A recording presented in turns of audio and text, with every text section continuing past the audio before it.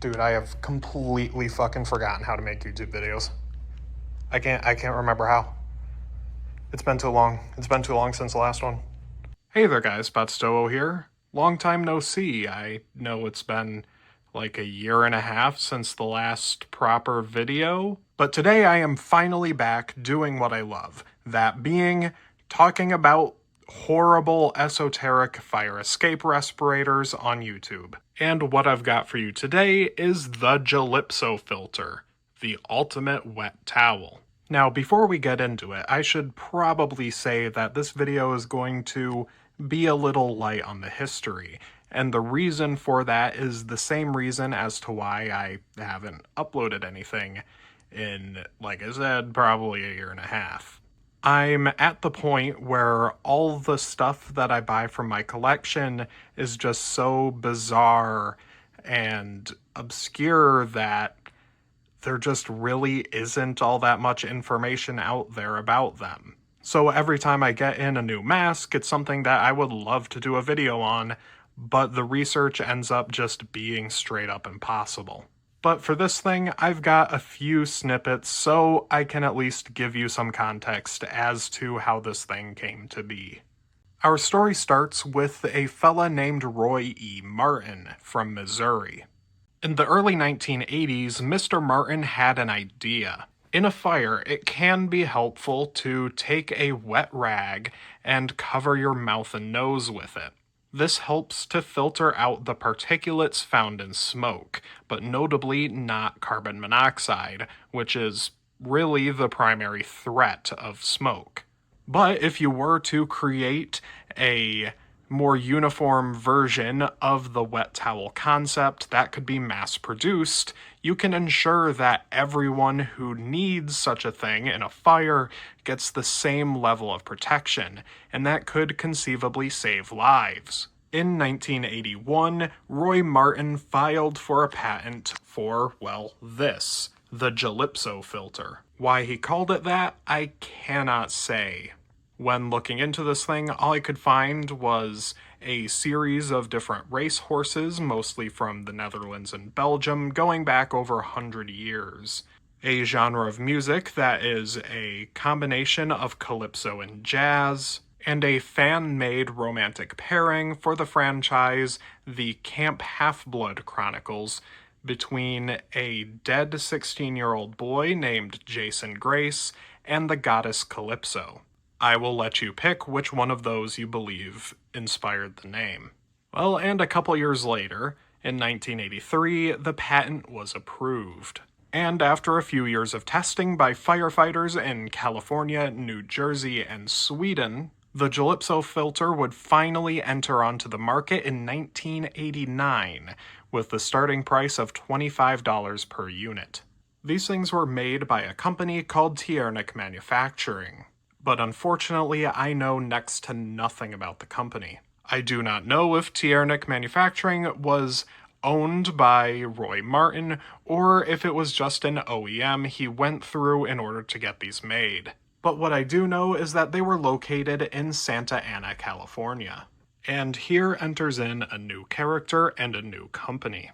At some point in the early 1990s, a Norwegian man named Anders Digi or Dega, I'm not Norwegian, I don't know how to pronounce it, became aware of the Jalypso filter and decided that it would sell very well in Norway. So he packed up and moved to America to found a company with the specific purpose of exporting the Jalypso filter to Norway.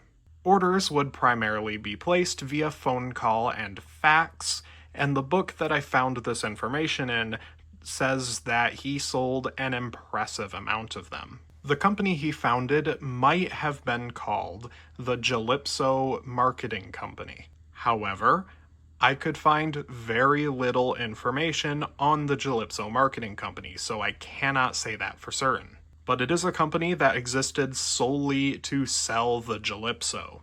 In the mid-1990s, they were buying advertising space in many industrial safety magazines. Unfortunately, I can't tell you when these things stopped being sold. I stopped seeing references to these things in magazines and whatnot in around the mid to late 1990s, but that's not really a reliable metric. However, I believe I know what caused them to fade off of the market, and it has to do with this bright orange text on this warning here. Specifically, the fact that it does not filter carbon monoxide. When looking into this thing, I found a page on the OSHA website that is still up decades later, and it is a list of disapproved respirators. Now, that is something I have personally never seen before. I've seen tons and tons of lists of approved respirators, but never a list of ones that OSHA specifically says, no, you are not allowed to use these. And do you know what was at the very top of that list? Literally the first item on the list. It is the Jalypso filter. OSHA pretty much said that these do not work because they don't filter carbon monoxide or the other hazardous gases that are produced during house fires. And then they go on to say that if they catch you using one of these, they will hand you a citation. Now, of course, OSHA does not have sovereignty over what masks you have in your home, but they sure as shit do over the ones you have in your workplace. So, being able to get a citation just for having this specific respirator in your place of work is really bad press. And that's why I believe that to be the main reason, or one of the main reasons, these just faded off of the market. Of course, it could be many other things. The 90s were an era where more and more fire escape respirators were coming onto the market. And of course, with 9/11 occurring in 2001, the market would become even more saturated with fire escape respirators. So those are a couple of reasons I believe caused this thing to decline. So why don't I take this thing off of the head and show you how it works and how it's built? It's now a week later and I am at work. But I can still, even though the audio was going to be dog shit with this echo, talk to you about what this is. So what is immediately apparent is the fact that it is a big orange pillow with an elastic strap on the back. And that's it for exterior details. There's really not a lot going on here. But what really matters is what's going on inside that pillow. It's actually full of wood chips that are coated in oil, specifically vegetable oil. That is meant to replicate the effects that a wet towel would have during a fire.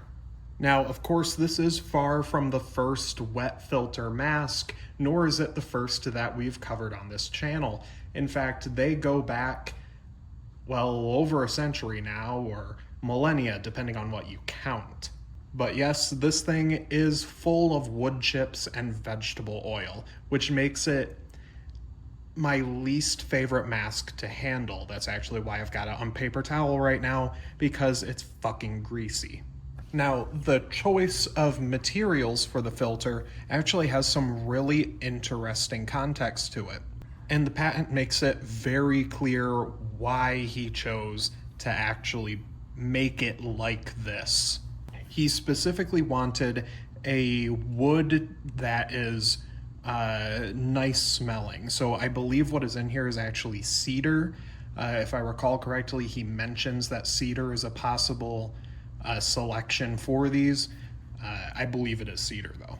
And on top of that, he wanted a vegetable oil that smells nice. Something that retains the scent of the vegetable it comes from while not being, flammable. When discussing this mask with my friends, I have joked that it is America's big return to miasma theory, but in reality, I do think it is a really cool development. Time and time again throughout history, designers of gas masks and respirators and, any sort of PPE have learned that if your PPE is uncomfortable or unpleasant to wear, the chances that whoever's supposed to use it just isn't going to use it increases by quite a bit. As an example, a customer came into the store that I work at, well, this place, I am again here at work right now, and we got to talking about gas masks. He was a welder back in the day and had to wear a series of different gas masks. He actually started out on Cover's automatic respirator, which is really damn cool. But anyhow, he went on to say that they kinda fucking sucked to wear. All the different masks he had to use. So he would just not use them.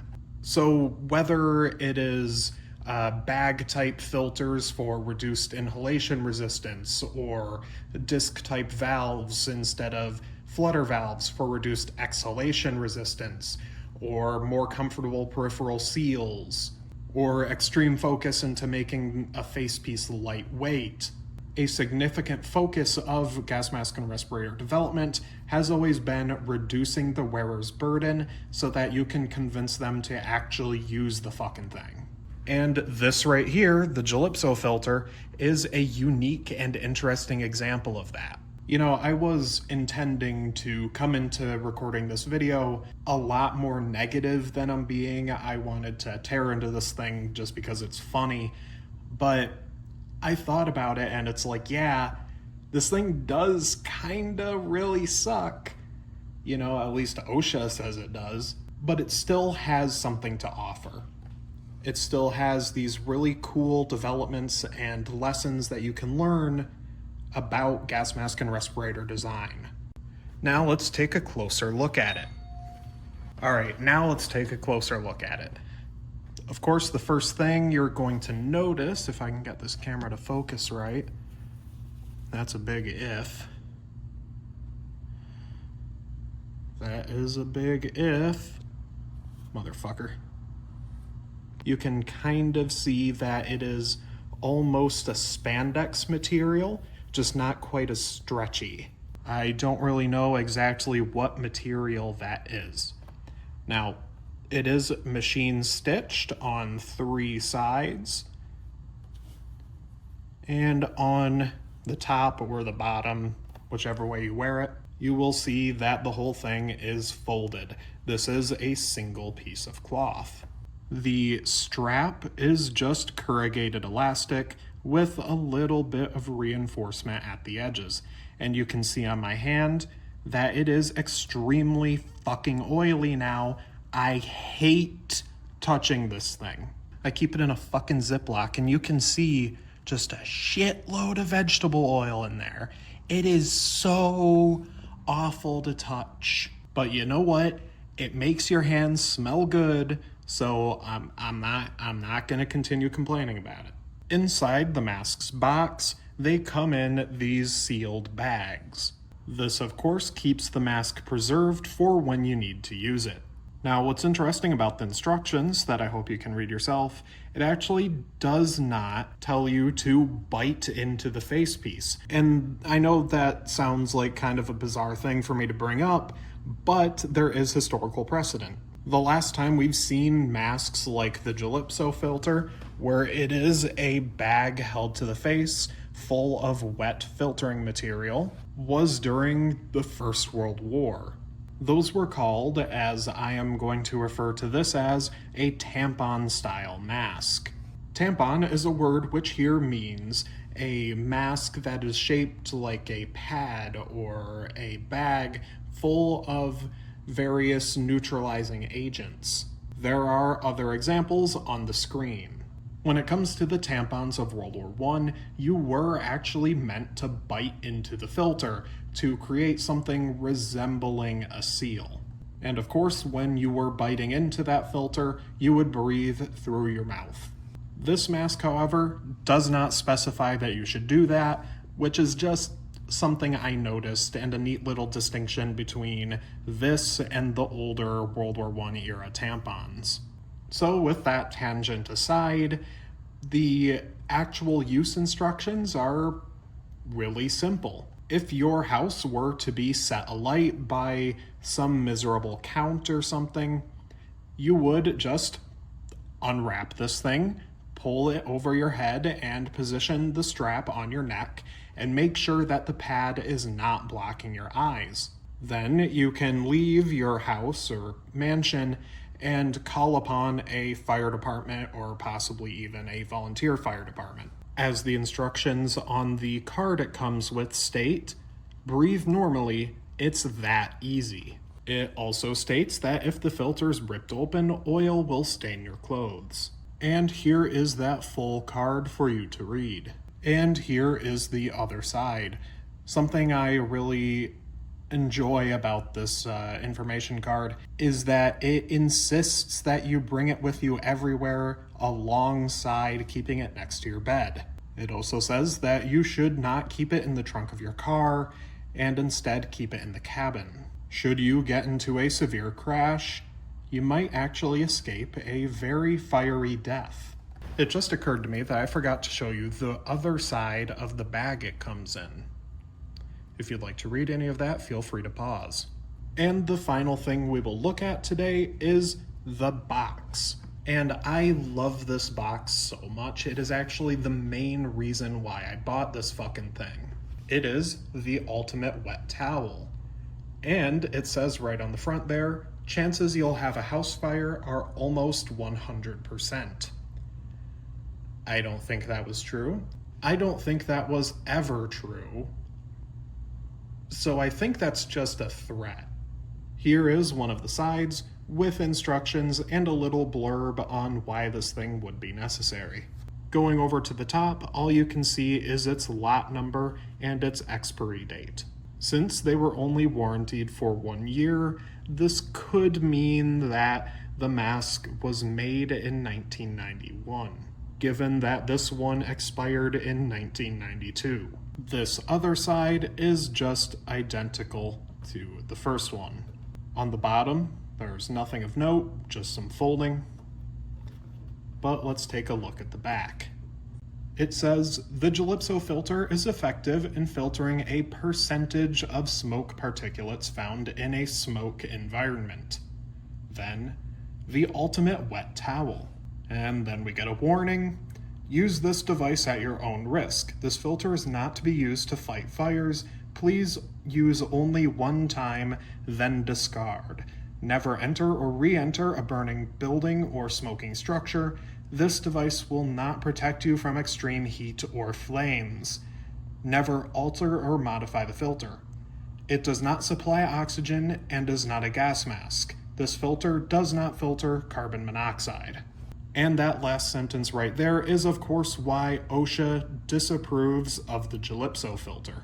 Then at the bottom, it's got the information of the manufacturer. Something of note here is that I have seen 3 different addresses for Tiernick Manufacturing. Here it says Corona, California. On the information card, it says Irvine, California. And in the various documentation I have seen regarding this, it usually says Santa Ana. I just find it strange how this one kit gives 2 different addresses for the same company. Now, of course, it is possible that they had multiple facilities, but I can't confirm or deny that at this time.